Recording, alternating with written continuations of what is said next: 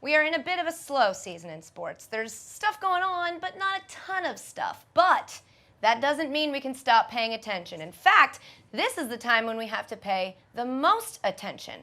The sports we love may be in danger.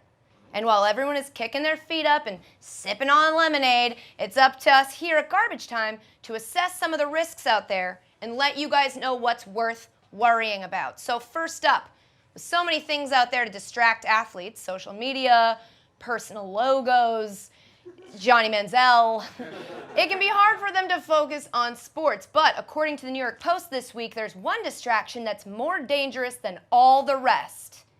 Their lady friends. That's right, their wives and girlfriends are ruining their careers. And that might sound like it makes sense, but really it doesn't. Being single in 2016 is a full-time job. It takes a lot of work. So marriage is fine. A single Aaron Rodgers could never have thrown those two amazing Hail Marys because he would have been way too focused on trying to nail Marys. So yeah, we've assessed the danger here and deem wives and girlfriends no risk to the sports we love. Pokemon Go is sweeping the nation. Everyone is playing. It combines the addictiveness of Candy Crush with the wonderment of leaving your house. It was harmless at first. We made jokes about it on Twitter and reminisced about the nerds we knew who used to play it. But then people started walking off cliffs and getting in car accidents, and now, even worse than those things, it's starting to creep into our sports. Yep, a Pikachu showed up on Nick Saban's desk. An MMA fighter put a dent in a guy's skull and then rolled a Pokeball at him while he was laying on the mat bleeding. And now they're taking over our stadiums. Memorial Stadium is normally a place people go to watch a Husker game, but today it became a haven for Pokemon Go fans. I watched Pokemon since I was little, and I collected the card game, and I just like Pokemon in general. It's really fun. I heard rumors that there are Blastoise and like Venusaurs and Charizards here. Blastoise and Venusaurs and Charizards, oh my. It's mostly fine because our football stadiums are empty right now, and I'm pretty sure you could play an entire game in left field for the Mets and still have time to catch them all or whatever.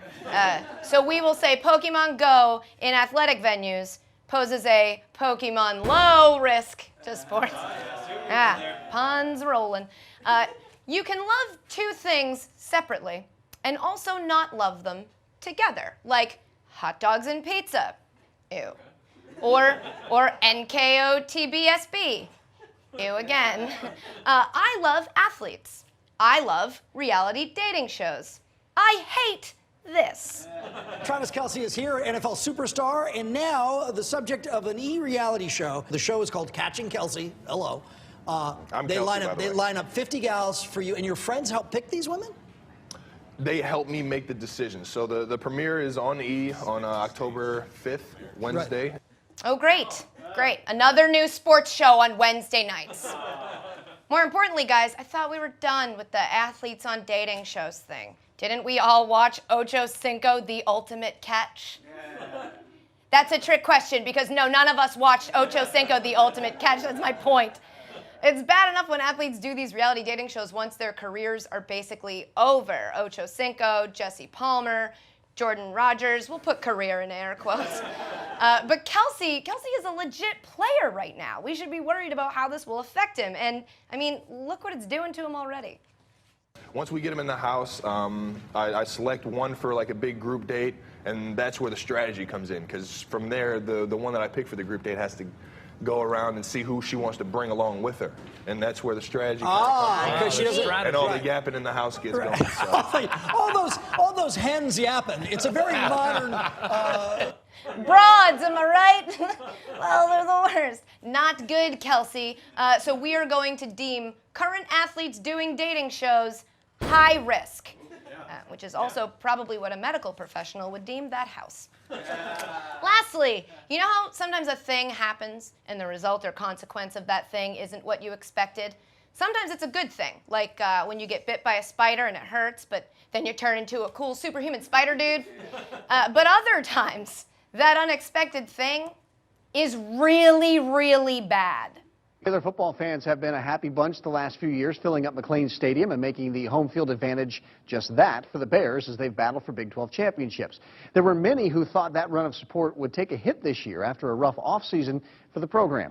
Instead, Baylor sold a record number of season tickets and at the same time sold out of them in just a matter of hours. Yep. Also important to note, this doesn't include the tickets they hold for students. So that means this is mostly boosters and alumni buying up a record amount of tickets while Baylor is in the middle of very publicly botching the handling of a massive problem of sexual assault on campus. Good job, guys. That'll teach them. So yeah, we're going to deem Baylor fans that aren't students an ultra high risk to sports. Yeah, and also everything. Just stop.